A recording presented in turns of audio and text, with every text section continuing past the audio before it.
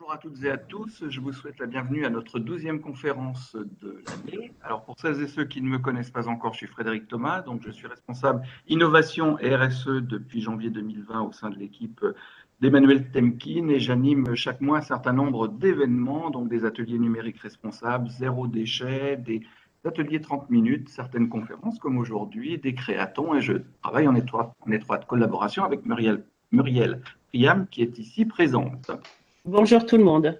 Voilà. Alors, le thème d'aujourd'hui est l'économie circulaire. Le but, c'est de vous présenter ce qu'est l'économie circulaire, bien entendu, et vous expliquer aussi en quoi elle contribue à aller vers un modèle plus vertueux pour l'homme et pour la planète. Voilà, donc encourager les passages à l'action par le partage de retours d'expérience.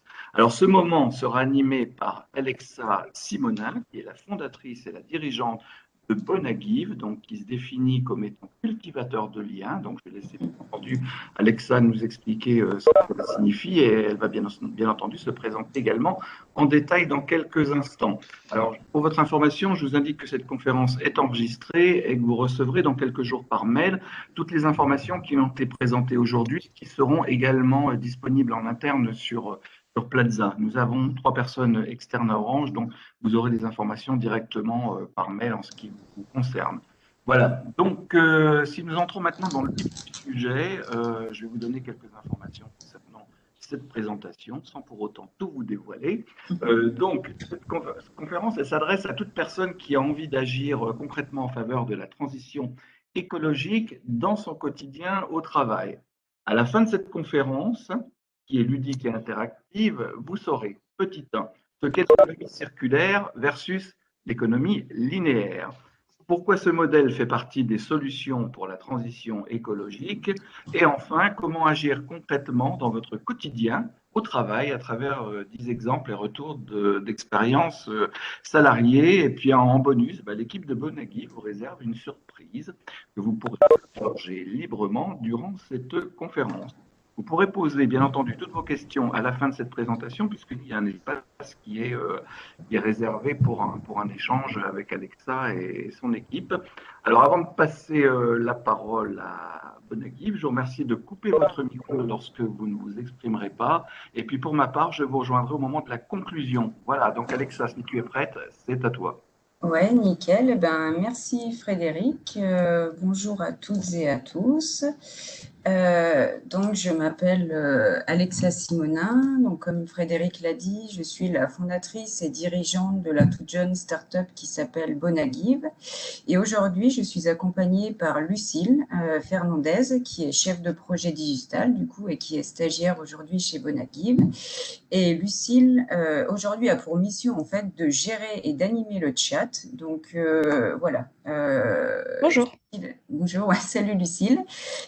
Donc, Frédéric l'a déjà dit, mais n'hésitez pas, pensez bien, voilà, si vous avez des commentaires, des questions, écrivez tout dans le chat. On les prendra soit au fur et à mesure, soit en fin de présentation pendant la session questions-réponses. Alors aujourd'hui, au sommaire, devenir un champion de l'économie circulaire au travail. Donc on a 40 minutes du coup ensemble de conférence et cette conférence sera découpée en 3 parties.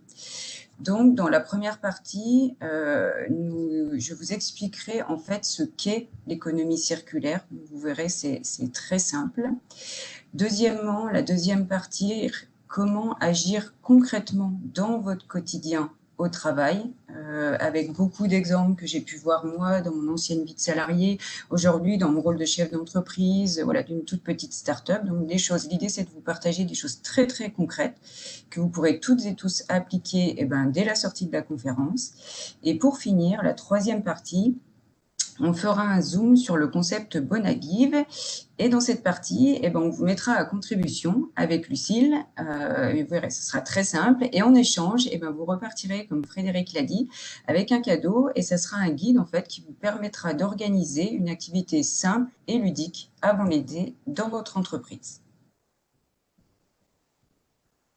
Donc avant de rentrer dans le vif du sujet, en fait, je vais vous partager 2 chiffres qui m'ont personnellement interpellée, que j'ai découvert assez récemment, il y a quelques mois, et qui montrent en fait pourquoi notre mode de consommation qui est dit linéaire aujourd'hui, en fait, n'est plus soutenable et n'est plus compatible avec les limites de la planète, en fait, tout simplement. Alors, le chiffre que je vais vous faire deviner, en fait, on va parler d'hippopotame.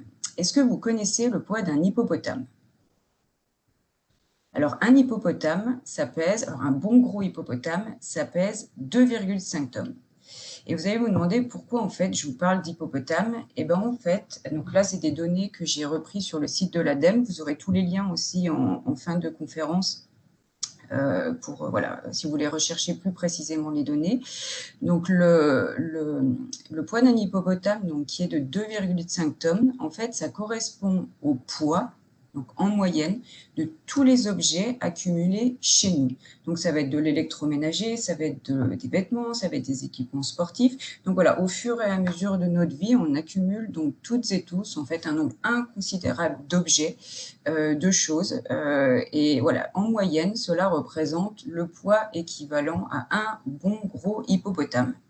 Donc, je ne sais pas si ce chiffre vous fait réagir personnellement. Déjà, moi, quand j'ai vu cette analogie, en fait, ça m'a beaucoup interpellée. Et déjà, je le trouvais vraiment gros, ce chiffre. Mais c'est surtout le deuxième, en fait, que je vais vous partager, qui est, à mon sens, le plus incroyable et celui vraiment qui m'a personnellement fait réagir. Et là où ça devient en fait totalement fou, c'est ce chiffre de 45 tonnes.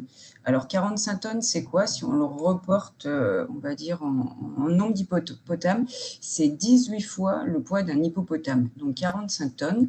Et qu'est-ce que ça représente, ces 45 tonnes? En fait, ça représente le poids caché de tous les objets accumulés chez nous. Alors, le poids caché, c'est quoi? Eh bien, en fait, le poids caché, c'est tout simplement l'ensemble des matières qu'il a fallu extraire, exploiter et transporter pour fabriquer un objet. Donc, on voit que autour de nous, on a l'équivalent d'un hippopotame en objet. Déjà, c'est gros. Mais si on regarde toute la matière qu'il a fallu bouger, transporter pour fabriquer, on va dire, ce poids équivalent hippopotame, c'est comme si on avait autour de nous 18 hippopotames qui se baladent dans notre appartement ou dans notre maison. Donc, je trouve ça, enfin voilà, personnellement, je trouve ça énorme. Et c'est vraiment un chiffre qui m'a beaucoup interpellée. Et pourquoi j'ai souhaité, du coup, vous présenter ces deux chiffres? Parce que ça illustre très, très concrètement, en fait, l'impact de notre modèle de consommation actuel qui est qualifié ou dit de linéaire. Alors, un système linéaire, c'est quoi? Il se compose de 4 grandes étapes. L'extraction, la fabrication, la distribution, la consommation et ensuite la fin de vie des objets. Et le problème aujourd'hui, en fait, tout simplement avec ce modèle, c'est qu'on atteint les limites physiques de ce que la planète peut nous offrir à nous, êtres humains. Alors pourquoi? Alors c'est simple à comprendre, mais c'est quand même bien de reprendre chaque étape en détail. L'extraction, et on l'a fait en continu, elle provoque l'épuisement des ressources naturelles. On a beaucoup de métaux qui sont en train de se raréfier.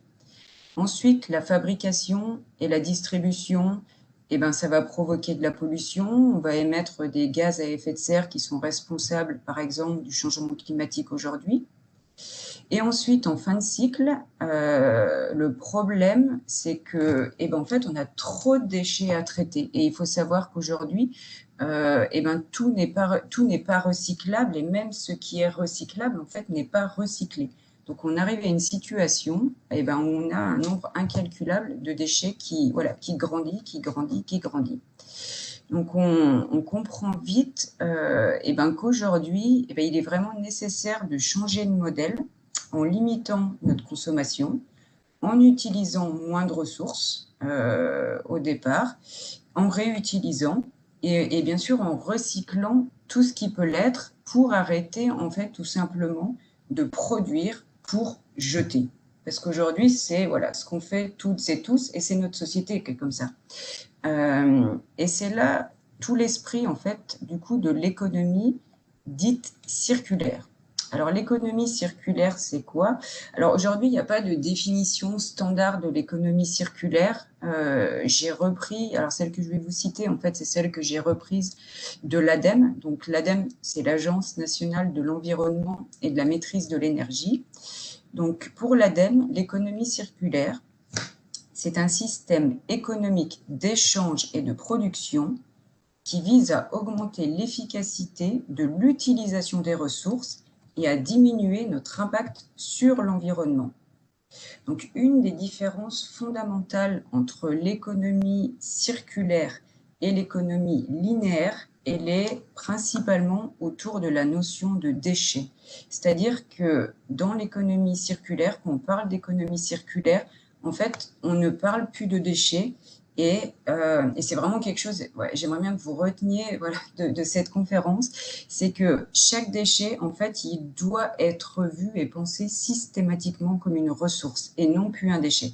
Donc, c'est vraiment la différence fondamentale entre ce modèle linéaire où on produit pour jeter et l'économie circulaire où, à la fin, eh ben, ce qui reste, eh ben, c'est une ressource qu'on va réinjecter dans le process. Lavoisier disait « rien ne se perd, rien ne se crée, tout se transforme ». Et ben, je trouve que cette phrase, en fait, elle s'applique complètement à l'économie circulaire et à l'esprit de l'économie circulaire. Alors, j'ai repris cette infographie de l'ADEME, on va y passer une minute parce que vous allez vraiment comprendre, en fait, toutes les possibilités d'action qu'on a justement pour mettre en œuvre cette économie circulaire. Alors, si on part de la fin, moins de déchets et plus de valorisation, et bien juste avant, on va avoir une phase de tri. Avant de jeter, on peut trier.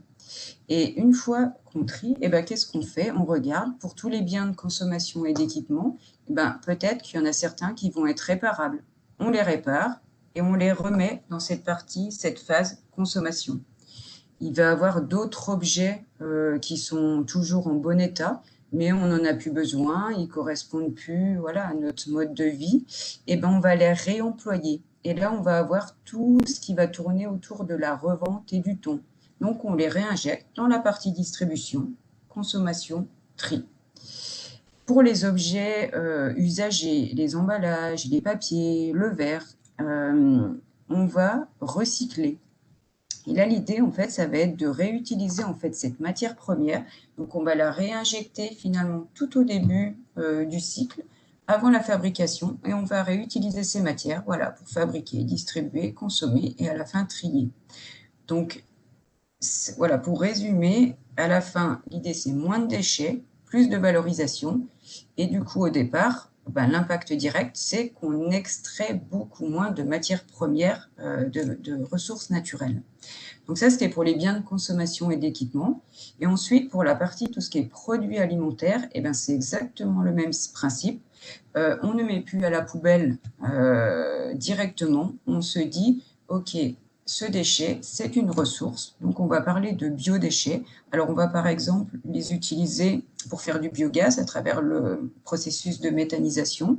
Ou alors, et on va le voir, c'est une idée que vous pouvez mettre en œuvre très simplement sur votre lieu de travail, ça va être le compostage qui va permettre en fait de retransformer ces produits alimentaires qui sont pour nous des déchets, en faire de l'engrais et voilà, on réinjecte au départ de la boucle et du cycle. Donc, j'espère que cette infographie vous a permis de comprendre vraiment ce qu'est l'économie circulaire et surtout de voir en fait qu'il y a plein de manières de faire l'économie circulaire, il y a plein de façons de la mettre en œuvre, que ce soit au travail et dans sa vie de tous les jours. Donc, pour la partie théorique, je ne vais pas aller plus loin. On vous mettra, comme je l'ai dit, tous les liens, notamment vers le site de l'ADEME, qui vous permettront voilà, de creuser ce sujet beaucoup plus dans le détail. Donc, si vous jamais voilà, vous avez aussi des questions ou des commentaires, interagissez bien sur le chat. On les prendra dans quelques minutes à la fin de la deuxième partie. Mais voilà, et même si vous avez des commentaires, vous pouvez aussi m'interrompre et partager voilà, tous vos expériences et propos. Donc, nous allons maintenant passer à la deuxième partie de cette conférence, qui va être du coup le cœur de la conférence, c'est comment agir au travail et finalement comment devenir voilà, un champion ou une championne de l'économie circulaire au travail. Alors l'idée, et c'est vraiment comme ça avec Lucille qu'on a bâti cette conférence, ça va être de vous montrer que tous les jours, en fait, il y a des choses très simples à faire dans votre quotidien et quel que soit finalement le poste que vous occupiez, que vous travaillez en bureau d'études, aux achats, marketing, fabrication, peu importe, vous pouvez tous faire des choses et aussi ça dépend pas de la taille de votre structure. Donc toutes les idées qu'on va partager, c'est des choses qui sont à la fois applicables sur des gros sites comme des tout petits sites. Alors comme je l'ai dit juste avant, je crois beaucoup en l'inspiration mutuelle, le partage des idées. Donc, je vais vous présenter quelques idées. Et tout au long en fait, de cette deuxième partie, mettez-vous aussi comment vous mettez en œuvre et appliquez l'économie circulaire au quotidien sur votre lieu de travail. Donc, Lucille va lire au fur et à mesure ce que vous écrivez. Et à la fin de cette seconde partie, on regardera tout ce que vous avez mis dans le chat et on partagera. Donc voilà, l'idée c'est d'avoir des bonnes idées supplémentaires et puis encore voilà d'inspirer en fait et de s'inspirer mutuellement. Alors on va commencer en termes de bonnes idées par un domaine où il est très très facile de limiter le gaspillage. En fait, ça va être autour du papier. Saviez-vous que 25% des impressions finissent à la poubelle 5 minutes après avoir été imprimées. Donc c'est énorme, c'est-à-dire un quart de tout ce qu'on imprime, finalement, au bout de 5 minutes, on n'en a plus besoin et on le met à la poubelle. Donc là, vous imaginez qu'il y a quand même une source de réduction et de limitation du gaspillage qui est énorme. En tout cas, il y a un énorme potentiel. Alors, en termes de bonnes pratiques, qu'est-ce qu'on va avoir ça paraît une évidence, mais imprimer uniquement si c'est nécessaire. Toujours se poser la question, ok, j'imprime, mais est-ce que j'en ai vraiment besoin ou pas? Imprimer uniquement dans les documents dont on a besoin, en fait, la partie dont on a besoin. Ça permet aussi de réduire considérablement, en fait, le nombre de feuilles qu'on va imprimer. Imprimer en recto verso, ça paraît du bon sens, mais on ne le fait pas forcément. Imprimer sur plusieurs pages. Typiquement, si vous avez à imprimer une présentation PowerPoint, mettez jusqu'à 4 slides par page, ça passe. Et voilà, ça plus le recto verso, déjà, on va diminuer par 8 le nombre de feuilles, donc c'est énorme. C'est pas encore très développé, à mon sens, dans les entreprises. En tout cas, il y a quelques réticences, mais utiliser ou proposer d'utiliser du papier recyclé, on est habitué aujourd'hui à avoir du papier très blanc. Mais finalement, en fait, le papier recyclé, il est un petit peu plus jaune, mais une fois qu'on est habitué, en fait, ça devient la normalité. Donc, proposez-le voilà, à la personne qui achète les consommables au sein de votre entreprise, d'utiliser du papier recyclé et dans tous les cas, du papier qui va être labellisé, soit FCS ou PEFC. Et la dernière idée et bonne pratique pour limiter le gaspillage à l'imprimante de papier, c'est tout simplement de placer un bac à brouillon à côté de votre imprimante, à côté de l'imprimante. Donc voilà, s'il y a des choses que vous avez utilisées et puis c'était pas le bon document, peu importe, vous mettez dans le bac à brouillon et après, c'est quand vous avez besoin d'un brouillon, vous venez piocher dans ce bac à brouillon. Donc voilà une première série de bonnes pratiques qui visaient à limiter le gaspillage, notamment autour du papier. Autre bonnes idées pour économiser les ressources de la planète, ça va être tout simplement d'augmenter en fait la durée de vie des objets. C'est pareil, ça paraît vraiment du bon sens, mais on ne le fait pas forcément. Alors dans les chiffres, pareil, qui sont marquants, saviez-vous que la fabrication d'un ordinateur utilise, donc un ordinateur, allez, ça pèse quoi 1 ou 2 kilos maxi, hein. La fabrication d'un ordinateur utilise 240 kg de combustible fossile, 22 kg de produits chimiques et 1,5 tonne d'eau. Donc c'est absolument énorme. Et ça, Donc, c'est pour la fabrication d'un ordinateur.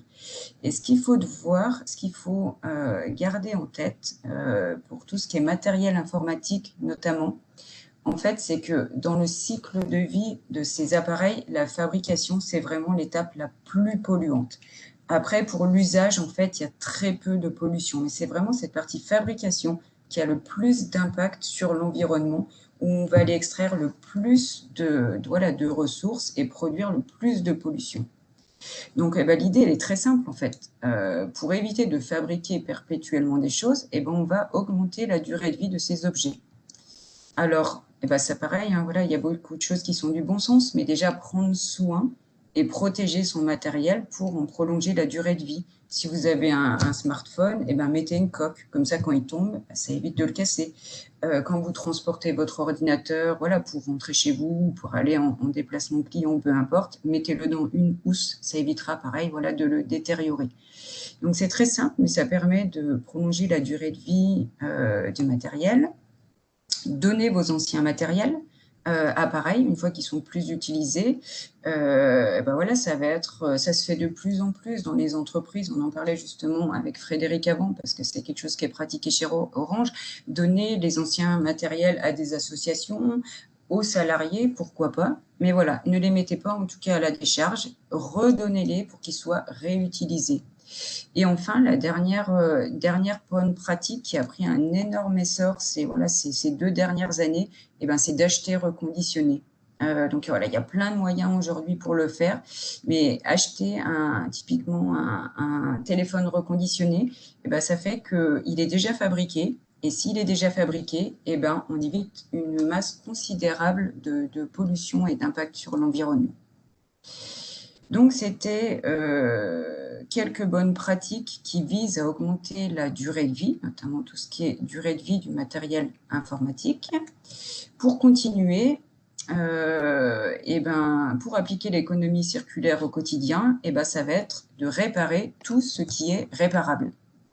Alors, c'est pareil, c'est une évidence, hein, mais on est tellement habitué à jeter tout ce qui est cassé qu'en fait, on oublie très souvent de se poser même la question, est-ce que c'est réparable? Oui, en fait, dans les faits, c'est très très souvent réparable, c'est très facile de réparer, et voilà, il faut juste avoir l'esprit un petit peu bricoleur ou bricoleuse, et puis la plupart du temps, voilà, on redonne une seconde vie à ces objets qui étaient voués à la poubelle ou à la déchetterie. Alors, quelques idées simples que vous pouvez mettre en œuvre dans votre entreprise, ça va être de proposer ou de monter vous-même un repair café au sein de votre entreprise. Alors, un repair café, c'est quoi? Pour ceux qui ne connaissent pas, c'est juste de proposer à vos collègues de venir réparer, de venir à des horaires définis avec leurs objets cassés pour les réparer. Et dans la plupart des cas, c'est facile. Et voilà, dans toutes les entreprises, il y a des gens qui sont très bricoleurs et bricoleuses, qui le font à la maison et qui se feront un plaisir d'aider les autres à réparer, je sais pas, le grille-pain qui tombe en panne, peu importe. Donc, c'est une chose que vous pouvez faire si ça n'existe pas déjà, proposer de monter ce repair café. Une autre idée, alors moi que j'adore et voilà, j'en use et abuse personnellement à la maison, c'est de s'équiper d'une imprimante 3D et d'utiliser l'imprimante 3D pour réparer les objets. Alors, c'est très, très pratique pour fabriquer, localement. Pas de pollution puisqu'on le fabrique localement. Mais typiquement, toutes les petites pièces d'interface qui cassent, et c'est généralement celles où on n'a jamais la pièce en pièces détachées parce que les fabricants ne les font pas. Et voilà. Et il manque une toute petite pièce, elle est cassée et on est obligé de mettre l'objet à la déchetterie. Et en fait, avec une imprimante 3D, on arrive à imprimer toutes ces petites pièces qui cassent.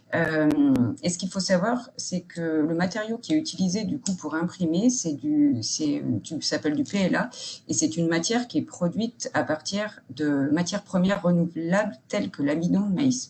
Donc l'imprimante 3D, c'est vraiment enfin à mon sens, un outil absolument fabuleux pour pratiquer l'économie circulaire. On répare des objets, on imprime en local et en plus c'est un matériau qui vient on va dire, de matières premières renouvelables. Donc on est complètement dans l'esprit de l'économie circulaire. Et enfin, dernière petite idée, si vous ne savez pas réparer, YouTube va devenir votre meilleur ami. Il y a des tonnes et des tonnes et des tonnes de tutos pour réparer, on va dire, tout ce qui est réparable. Donc voilà, dès que vous avez quelque chose en panne, réflexe, tuto YouTube. Et puis, après, si vous ne trouvez pas tout seul, vous allez au travail et vous demandez à un ami bricoleur ou bricoleuse de vous aider. Autre grande source d'inspiration pour mettre en œuvre l'économie circulaire, ça va être tout simplement d'utiliser la nature qui nous entoure. Et la nature, je dirais que c'est la championne absolue en termes d'économie circulaire. Il n'y a jamais de déchets dans la nature. Et l'idée, c'est de s'inspirer et surtout de se servir en fait de la nature pour recycler tout ce qui est autour des déchets alimentaires. Alors, quelques bonnes pratiques. Par exemple, si vous avez une machine à café où vous pouvez reprendre le marc de café, vous l'utilisez comme engrais pour les plantes vertes. C'est génial. Je l'utilise toujours à la maison. Et voilà, les plantes vertes, elles sont très belles, elles sont en grande forme. Vous pouvez aussi installer ou demander à installer un composteur sur votre lieu de travail. Donc, si c'est en extérieur, ça sera un composteur classique. Si vous travaillez plutôt dans des bureaux où il n'y a pas d'extérieur, là, vous allez vous diriger vers ce qui s'appelle un lombricomposteur. Donc, le principe est le même que le composteur. En fait, c'est que les vers vont travailler pour vous pour refaire de la matière première que vous utiliserez pour engrais, pour vos plantes vertes ou autres. Et enfin, voilà une troisième idée qui est aussi un peu un petit clin d'œil. Il y a quelques entreprises qui commencent à le faire. Adopter des poules en fait au sein de votre entreprise. Les poules, aujourd'hui, c'est le meilleur moyen pour recycler tous les déchets alimentaires, quels qu'ils soient. Et donc voilà, alors après, comme les poules, quand même, c'est des êtres vivants, je mets juste un petit warning. Si vous poussez cette idée dans votre entreprise et que vous prenez des poules, assurez-vous bien qu'il y aura toujours quelqu'un pour les nourrir, pour leur donner à boire et pour s'en occuper. Mais si ça c'est bon, allez-y. En plus, ça fait un moment ludique aussi où vous allez créer du lien entre collègues juste en regardant les poules. Donc, c'était quelques actions qui étaient vraiment là sur la partie recyclage des déchets alimentaires. Et la dernière, ou avant-dernière en fait, bonne série de bonnes idées, elle va tourner autour de ce qu'on appelle l'économie de l'accès. Alors, c'est quelque chose, quand on parle d'économie circulaire, qui revient souvent. Et l'économie de l'accès, c'est quoi? En fait, c'est juste de louer les objets dont nous avons besoin plutôt que de systématiquement les acheter. Et du coup, alors, c'est évident, du coup, on n'achète plus les objets, mais on paye pour son utilisation, donc on paye pour accéder aux services rendus par les objets. Cette économie, elle est très développée depuis plusieurs années au sein des entreprises pour tout ce qui est marché des photocopieurs et des imprimantes. Aujourd'hui, il n'y a quasiment plus aucune entreprise qui a ça, en tout cas dans les grandes entreprises, plus aucune grande entreprise qui a son parc d'imprimantes ou de photocopieurs. C'est géré par des sociétés externes qui s'occupent de la maintenance, de l'entretien. Et pourquoi, en fait, aller vers ce type d'économie est intéressant quand on parle d'économie circulaire? En fait, c'est tout simplement parce que ça va favoriser, en fait, la durée de vie des objets et des biens. Alors, pourquoi? C'est très simple, en fait, parce que l'entreprise qui loue typiquement les photocopieurs, en fait, elle n'a aucun intérêt à ce que ça tombe en panne. Donc, son premier intérêt, c'est à ce que ce bien, il dure le plus longtemps possible. Donc, il va l'entretenir régulièrement, il va faire de la maintenance préventive pour éviter d'avoir des pannes. Et du coup, vous comprenez du coup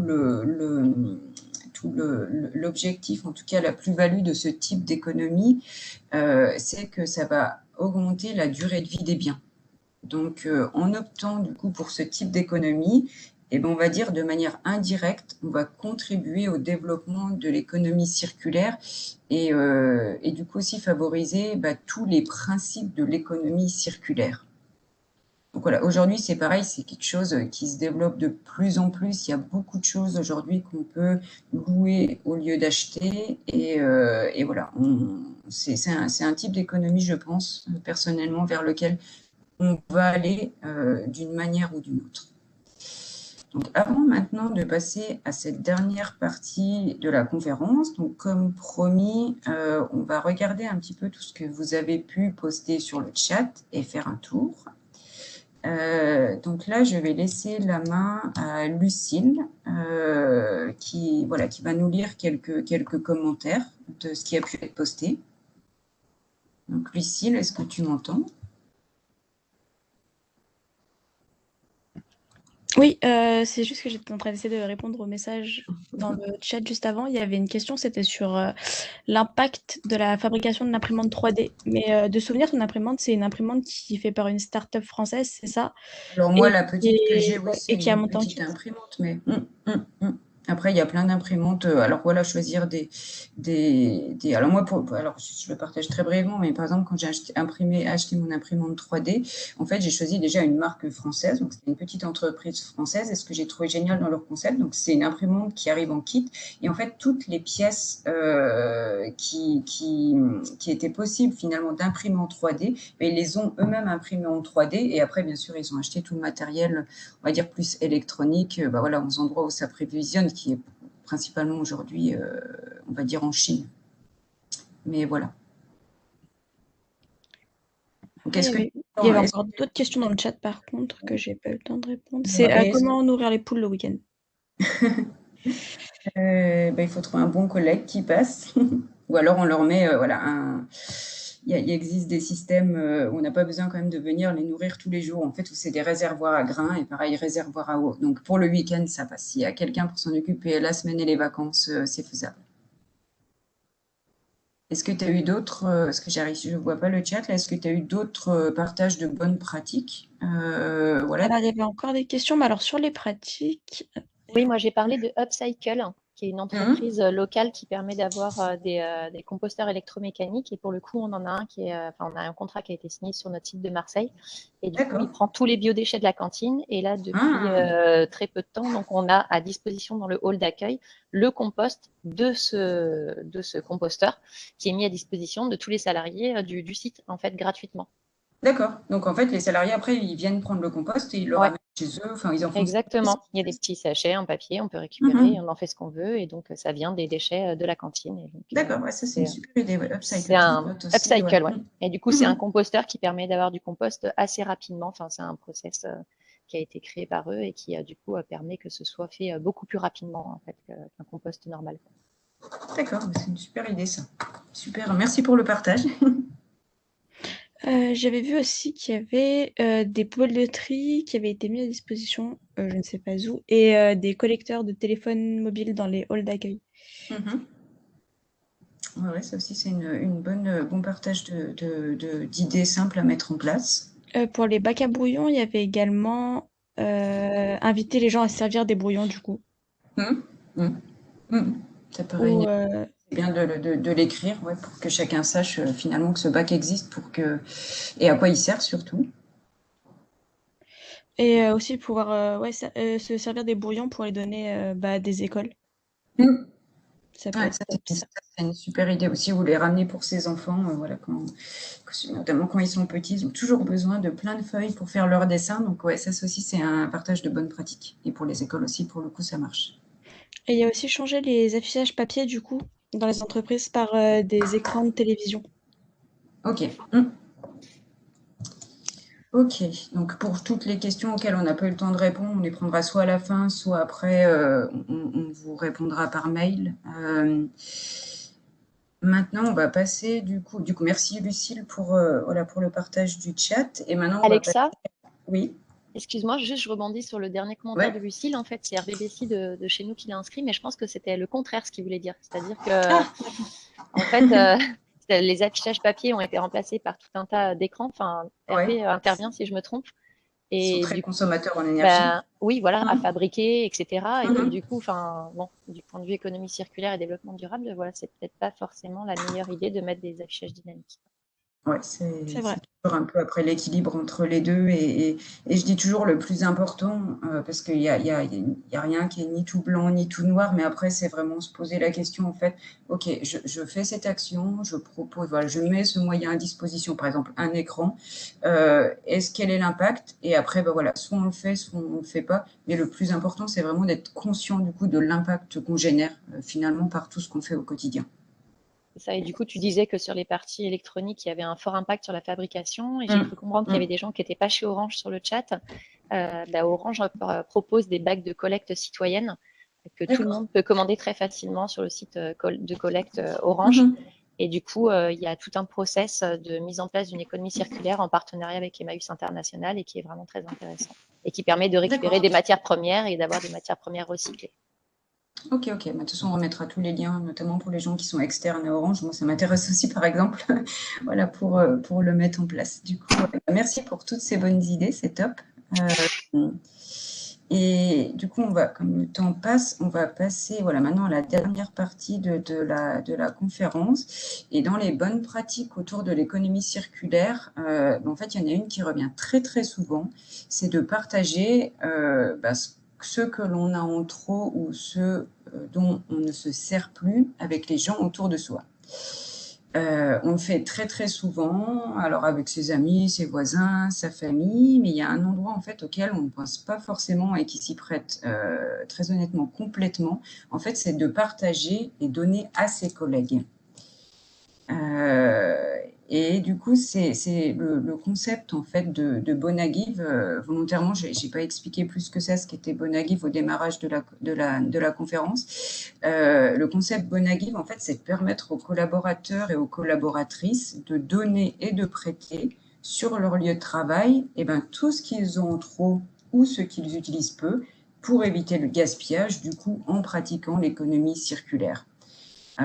Aujourd'hui, c'est un concept qui est déployé donc à travers une application mobile, l'application mobile Bonagive, donc qui est déployée chez Renault Trucks à Lyon, qui est développée du coup chez Orange sur un premier site à Mélan depuis le 2 novembre 2020 et très très bientôt à partir du 21 juin, en fait c'est le groupe Lafarge Holcim qui va déployer du coup l'application Bonagive sur leur site de recherche et innovation, voilà, qui est basé en Isère, juste à côté de Lyon. Et avec Lucille, voilà, ce qu'on s'est dit, c'est pour vous mettre en pratique ce concept, on va vous proposer pour finir une activité, on va vous proposer du coup une activité très facile et ludique que vous pourrez réaliser toutes et tous dans votre entreprise.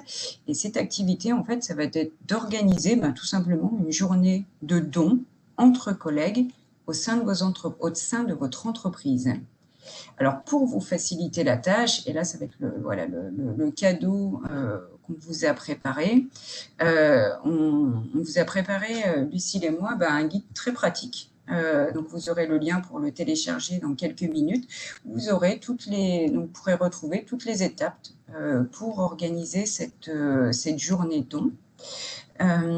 Et avant de vous donner le lien, pour finir, ce qu'on vous propose avec Lucille, c'est de prendre 1 minute de réflexion, en fait, pour vous projeter tout simplement dans cette journée don. Et notre proposition, c'est de prendre 1 minute pour identifier 2 objets que vous aimeriez donner à vos collègues pendant cette journée don. Donc, ce qu'on a vu avant, et c'est pour ça que j'ai remis l'image de l'hippopotame, c'est que chez soi, on a tous un bon gros hippopotame qui se balade autour de nous. Donc, on a tous, si on y réfléchit, forcément 2 objets qui nous servent plus aujourd'hui ou qu'on aurait envie de prêter, parce qu'il y a le don, mais il y a le prêt aussi, il ne faut pas l'oublier. Donc, on a forcément aujourd'hui tous 2 objets autour de nous qu'on aurait envie soit de donner, soit de prêter à nos collègues, en fait. Alors, on va vous laisser écrire pendant une petite minute avec Lucille, ces 2 objets dans le chat Du coup, ça permettra aussi d'inspirer les autres participants. Et dans 1 minute, eh ben, pareil que tout à l'heure, Lucille partagera avec vous en fait voilà, ces objets que vous aurez écrits dans le chat. Donc, je vous laisse tranquille, 1 minute, voilà, pour vous laisser réfléchir.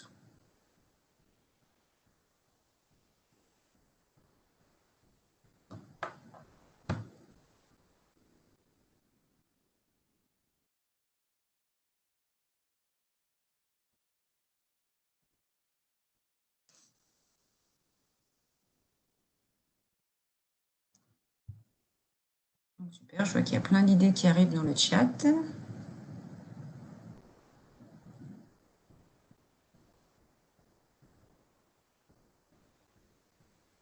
David est généreux, il nous est prêt à donner son ancien boîtier réflexe numérique. C'est super, David, merci pour ta générosité.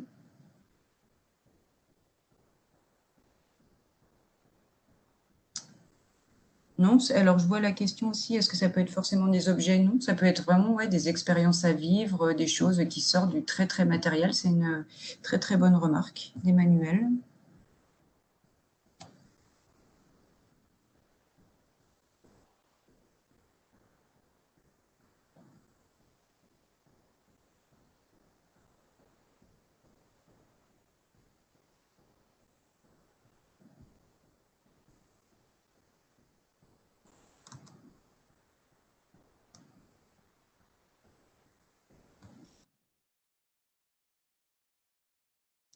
Je vous laisse encore 20 secondes, je vous avouerai, je me suis un peu perdue dans le temps.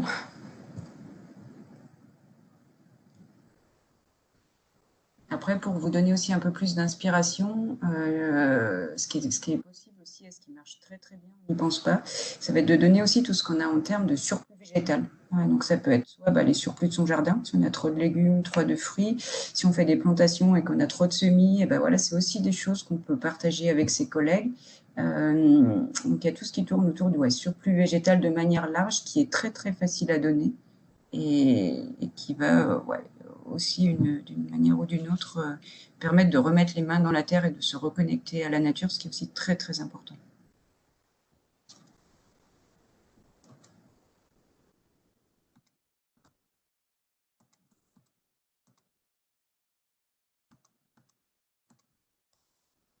Eh bien, très bien. Je pense qu'on peut arrêter. Je vois qu'il y a plein du coup de bonnes idées.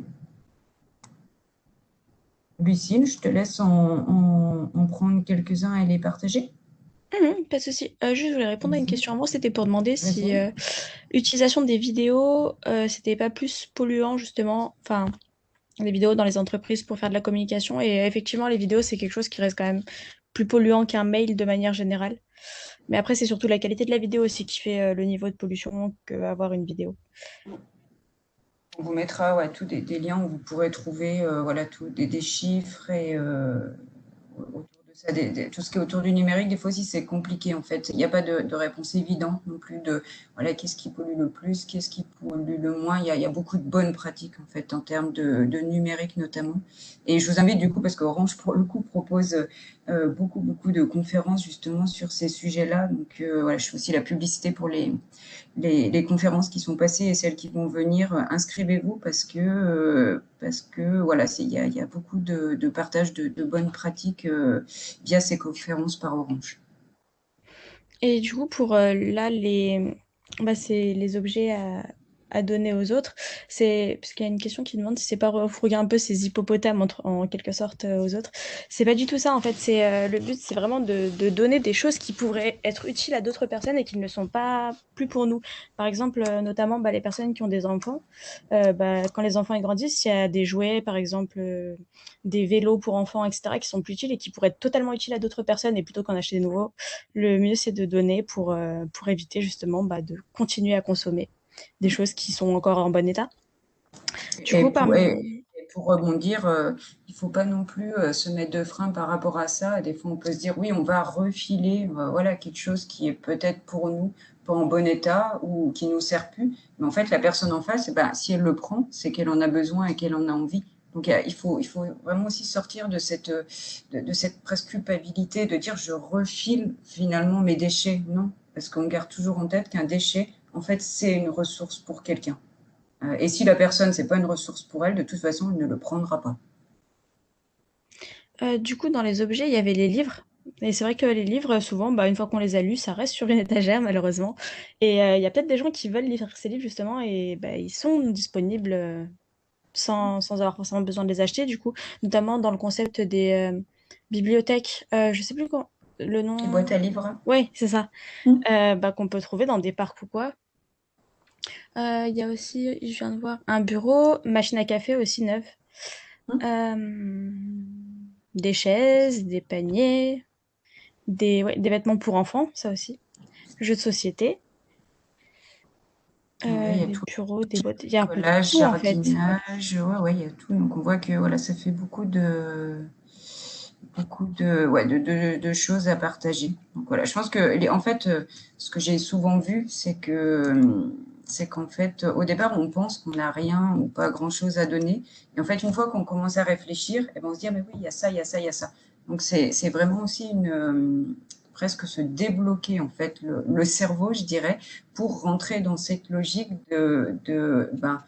des choses qui vont être des déchets pour nous, c'est des ressources pour les autres et je peux utiliser en fait mon environnement de travail pour les donner à mes collègues. Voilà, puis au-delà faire quelque part un geste pour la planète, ça va être aussi une super occasion, et là je parle en connaissance de cause, pour rencontrer des nouvelles personnes dans votre entreprise, pour redécouvrir aussi des gens, voilà, et de les rencontrer dans un cadre qui est différent dans celui de votre travail au quotidien. Du coup, merci Lucille pour cette partie de chat. Alors de mon côté, du coup, c'est la fin de cette conférence, du coup, pour Lucille et moi. Nous vous remercions voilà, très très sincèrement pour votre attention, pour votre il faut que désolée, il faut que je partage juste le lien du. Ouais, pour le guide. Donc, Lucille, elle vous met là du coup dans Ah mince. le chat. Je suis pas sûre que le lien il marche. Vers le guide. Donc, non, malheureusement, le lien il marche pas. Ça prend pas en compte les pourcentages sur l'URL. On vous le remettra dans le mail. Désolée pour ce petit contretemps, mais vous aurez le guide. Donc vous aurez on vous le renverra bien par mail à l'issue de la conférence. Et puis voilà, vous l'aurez. Donc merci à toutes et tous du coup pour votre attention, pour votre participation active, notamment à travers le chat et tous vos commentaires sur vos bonnes astuces et pratiques en termes d'économie circulaire au travail. Personnellement, je remercie tout particulièrement du coup Orange, Frédéric, Muriel, Emmanuel, pour vraiment m'avoir du coup donné cette opportunité d'animer cette conférence aujourd'hui. Donc voilà, l'économie circulaire, c'est vraiment un sujet que j'adore. Donc c'était un réel plaisir pour moi de vous présenter cette conférence aujourd'hui. Et avant de relaisser du coup la main à Frédéric, si le concept Bonaghi vous a plu, qu'il correspond aux valeurs de votre entreprise et que vous aimeriez du coup le déployer sur votre site, je vous propose d'échanger 15 minutes ensemble dans les semaines qui arrivent. Et pour me contacter, vous pouvez soit m'envoyer un mail à alexa@bonagif.com, soit Lucille va vous mettre le lien dans le chat, prendre directement rendez-vous en fait dans mon agenda en cliquant sur le lien Calendly, voilà, pour un créneau de 15 minutes. Voilà, Alexa, j'ai une question. Oui. C'est Emmanuel, désolée. Merci beaucoup pour tout ça. Juste pour comprendre, parce que du coup, c'est à Grenoble que tu as organisé déjà chez Orange une journée de dons, c'est ça?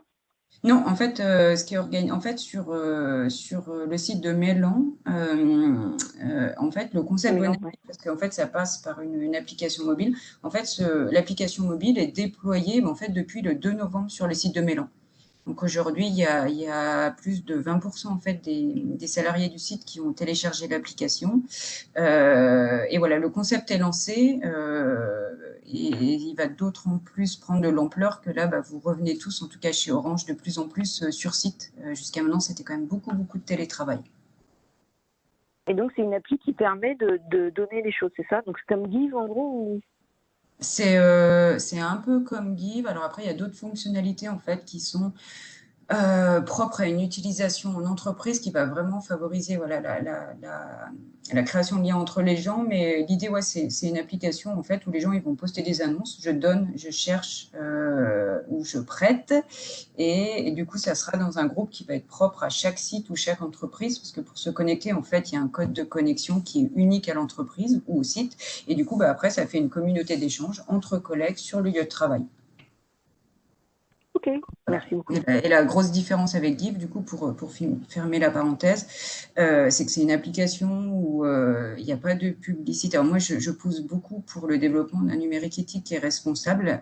Et contrairement à Give, par exemple, parce que voilà, ça a été cité, il n'y a par exemple pas de publicité qui sont poussées dans l'application, pas de revente de données personnelles. Donc c'est vraiment juste quelque chose de très éthique, enfin, une application numérique éthique et responsable pour permettre les partages entre salariés sur le lieu de travail.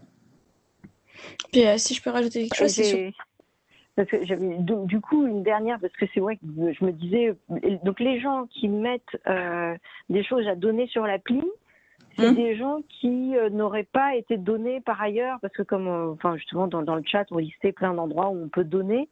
Donc c'est ça que je comprends aussi, c'est que l'idée, enfin si tu as des chiffres, c'est vachement intéressant. L'idée de se dire c'est des collègues plutôt que des gens que tu connais pas ou que tu vas rencontrer, oui, ça te pousse plus à donner. C'est ça que je comprends. Oui, en fait, pour faire très très bref, mais un des plus gros freins en fait au fait de donner des choses, c'est qu'on ne peut pas donner forcément à des inconnus. Donc on va dire l'avantage de le faire entre collègues, en fait, c'est que même si on ne connaît pas tous ses collègues personnellement, en tout cas, on est tous sur un même lieu et on est tous reliés quelque part par les mêmes valeurs, on appartient tous à la même entreprise. Donc ça fait des échanges, on va dire, dans un cercle de confiance. Et puis du coup, ça peut l'autre gros avantage en fait de donner à ses collègues en fait, c'est qu'au travail, en ce moment c'est un peu particulier, je vous l'accorde, mais normalement au travail on y va tous les jours, on y va le matin, on repart le soir, et en fait du coup c'est très très facile de donner en fait sur le lieu de travail parce que du coup on y va tout le temps et on croise en fait les gens à un moment ou un autre de la journée. Donc c'est un côté en fait très très pratique, voilà, de le faire au travail. Donc voilà, donc si jamais vous voulez échanger, en savoir plus sur le concept Bonagive, l'application, et ben contactez-moi, ça sera vraiment avec plaisir que j'échangerai avec vous. Et comme le temps passe, bah, du coup je repasse la main à Frédéric pour le mot de la fin. Voilà, tout à fait. Bah, écoute, Alexa, merci énormément pour cette présentation. Merci également à Lucie. Je pense que vous avez tous compris le but de cette intervention, et puis vous allez mieux connaître maintenant ce qu'est l'économie circulaire à travers tous les exemples, toutes les informations qui ont été communiquées. Donc, comme indiqué en introduction, vous allez recevoir prochainement toutes les informations qui ont été échangées lors de cette conférence, et je vous joindrai aussi un questionnaire de satisfaction. Je vous remercie de prendre 2 petites minutes pour compléter et répondre aux quelques questions qui vous seront posées. Pour nous, c'est vraiment très important. Et puis, je vous mettrai également en pièce jointe un mail qui récapitule toutes nos animations restantes du mois de juin 2021. Et là, nous sommes en train de vous préparer donc la mouture du T3 qui arrive. Voilà. Donc, il ne me reste plus qu'à vous remercier et à vous dire à très bientôt. Merci, à bientôt.